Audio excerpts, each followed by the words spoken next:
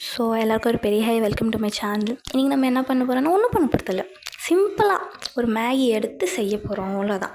நான் பெரிய ஷெஃப்லாம் கிடையாது, எனக்கு மேகிலாம் செய்யவே தெரியாது ஆக்சுவலாக. லைக் ஒன்றும் பண்ண மாட்டேன், தக்காளி சட்னி வைக்கிற மாதிரி வச்சு மேகியை போட்டு வேக வச்சிட வேண்டியது, அவ்வளோதான். நம்மளுக்கு மேகினா அவ்வளோதான்.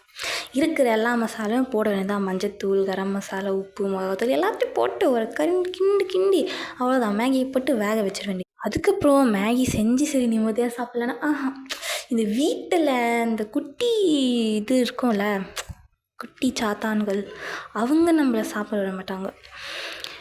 இந்த சிப்ளிங்ஸ் கூட வந்து மேகி ஷேர் பண்ணி சாப்பிட்றதே நம்மளுக்கு ஒரு பெரிய பிஸ்னஸ் டீல் மாதிரி. லைக் நம்ம ஒரு பிஸ்னஸ் பார்ட்னர்கிட்ட போய் பிஸ்னஸை கூட பேசி முடிச்சிடலாம், ஆனால் இந்த மேகியை ஷேர் பண்ணுறதுக்கு ஒரு சண்டை வரும் பாருங்கள்.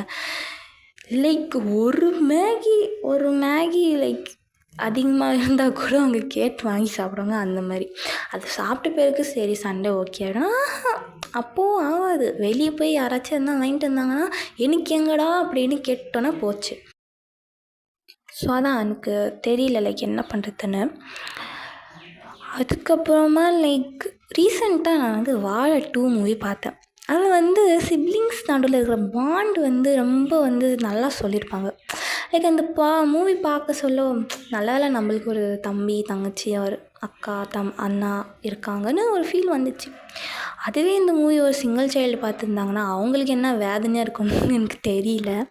பட் அந்த வாழை 2 மூவி அந்த பிஜிஎம் கேட்டாவே நம்மளுக்கு ஆட்டோமேட்டிக்கலாக நம்ம அக்காவோ இல்லை தம்பி ஹூவர் நம்மளுக்கு ஒரு லைட்டாக ஒரு பாசம் மலர் மாதிரி ஒரு ஃபீலிங் வந்துடுது. ஸோ பரவாயில்ல, கூட பிறந்ததுன்னு ஆயிடுச்சு. ஸோ பார்த்து தானே ஆகணும், வேறு வழி இல்லையே. ஸோ அதான் இந்த மேகி செஞ்சு சாப்பிட்டு ஒரு வழி ஆகிட்டு, அவ்வளோதான்.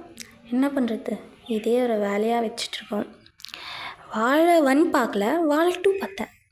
லைக் அப்போது அந்த வாழை 2ல் சில பேர் வந்தாங்க, அவங்க யாருமே எனக்கு கடைசிக்கு புரியல. அப்புறம் நெக்ஸ்ட் டே ரீல்ஸில் பார்க்குறேன், அந்த மூவி சீனையும் இந்த மூவி சீனையும் கனெக்ட் பண்ணி காமிச்சாங்க, அப்போ தான் எனக்கு புரியுது.